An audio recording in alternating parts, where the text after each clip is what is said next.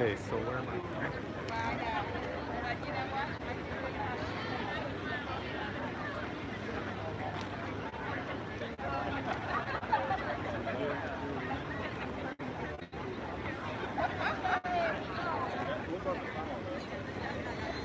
That's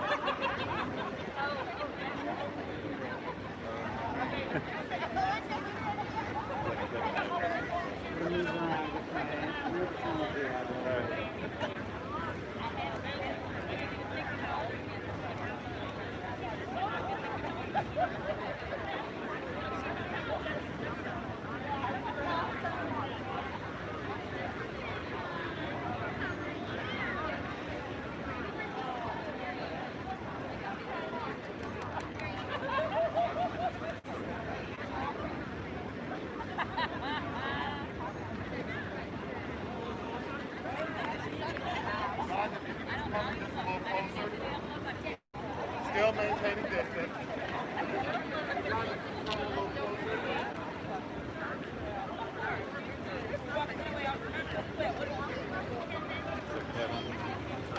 Yes, sir. camera's picking up right on the inside of this big rock, the other side of this I see. rose bush right Okay. Do not As move long out of as that you're frame. within this little range right here. All right. Yes, sir. You know, I'm gonna probably stand right about in this little dark space right here Okay. because that'll be close enough to pick up the mic. Yes, sir. Okay.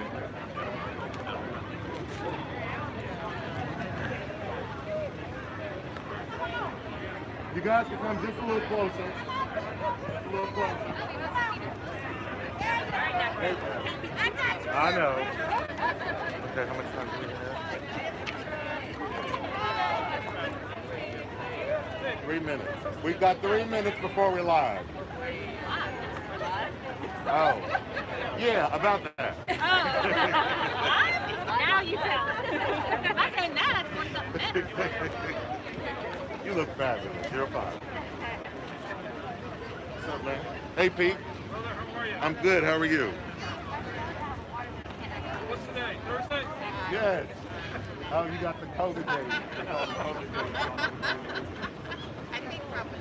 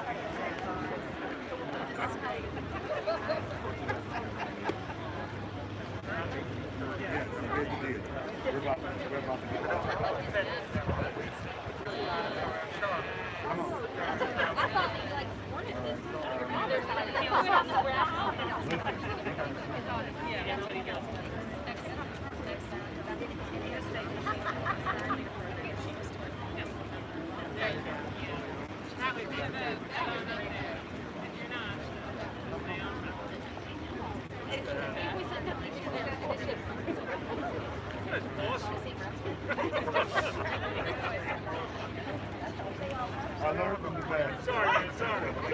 That was a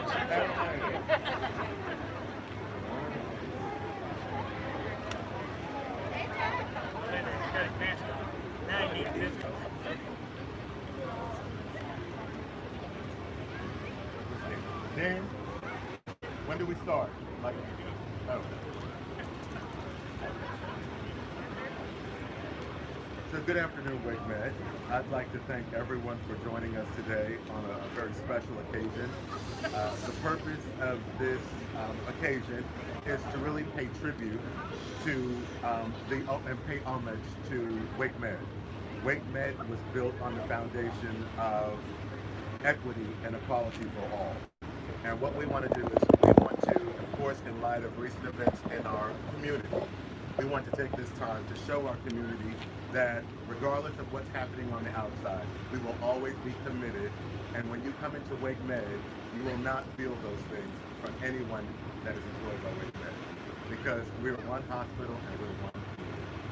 Having said that, I'd like to introduce our esteemed President and Chief Executive Officer, Mr. Donald Gibson.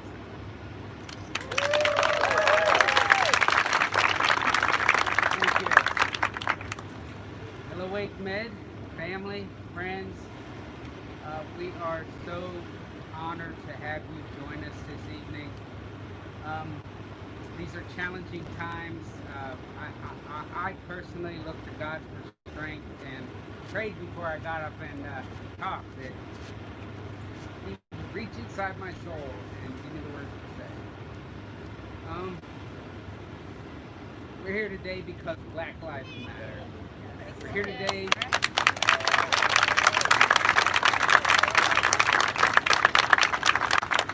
We're here today because Black Lives Matter and WakeMed. They're core to why we were created.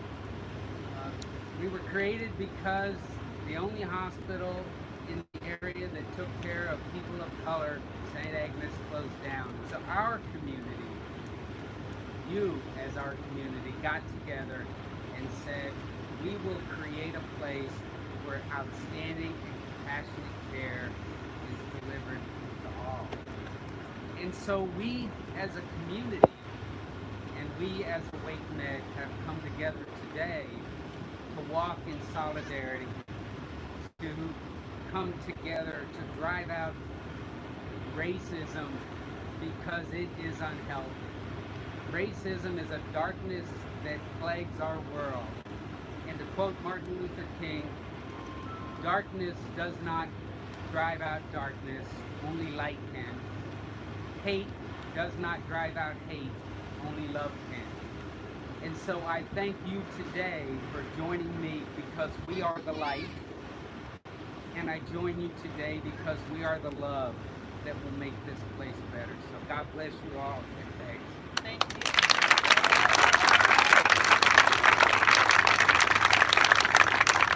So now we will have Jeremy Gilmore, who will give his comments. He's our Director of Spiritual Care, who will give his comments and then lead us in prayer. Thank you, Kevin, and thank you, WakeMed family, for being here as a community. This is special. This is special, and we should look at one another and see how amazing it is for us to support one another as colleagues and as a community. I hope you can hear me. I wrote this down because as preacher types, if you don't give us something to write down, we'll be here all day. Write it down. But I wanted to start by saying I have been the victim of racism. I've been the victim of excessive force by the police. I attended a school where funding was taken away for music and the arts, for counseling, for gym class. I've been in boardrooms where people questioned my credibility, even though I had just as much experience, just as much age, just as much reason to be there, because I was not white. So when I say racism is real, I know it's real because I feel it in my bones. I know Black Lives Matter because my mama's life matters, because my brother's life matters, because my life matters. At this time, I want to offer a brief prayer. You can pray to whatever source you need, whatever gives you strength at this time, and whatever posture you need. Join me in this prayer. God of our weary years, God of our silent tears, Lord who left the 99 sheep to rescue the one who was in danger, give us the moral courage to combat racism. Heal our hearts, steady our voices, straighten our backs. As we walk today Let each step remind us of those who have been victims of racism. We walk for Ahmaud Arbery. We walk for Breonna Taylor.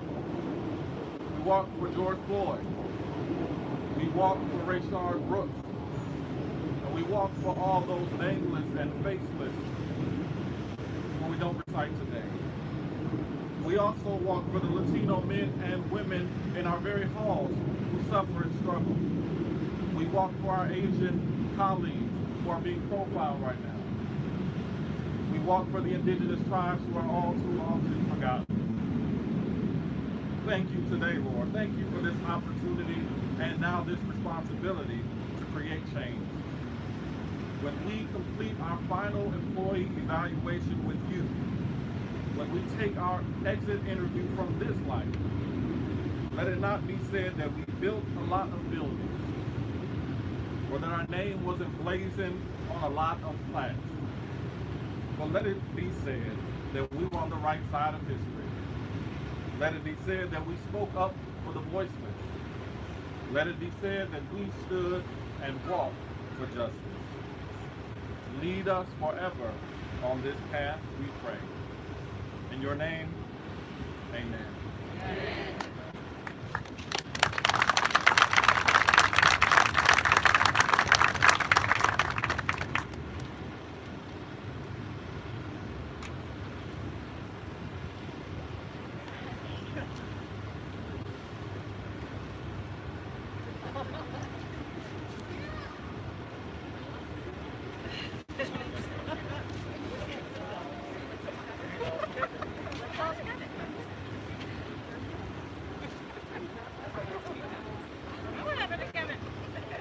Kevin started walking.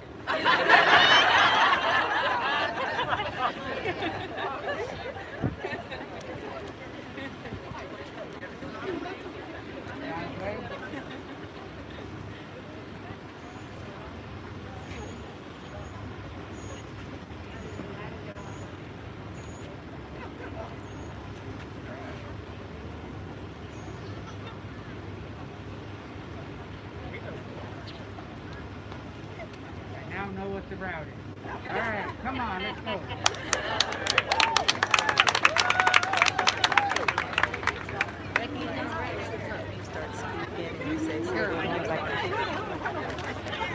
Sunshine was getting tasty, wasn't it? I have not.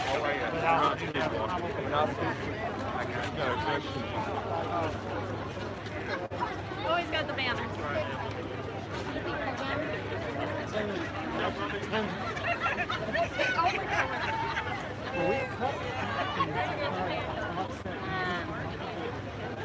How are you? I'm good. Good. Oh, that's a biscuit. All right.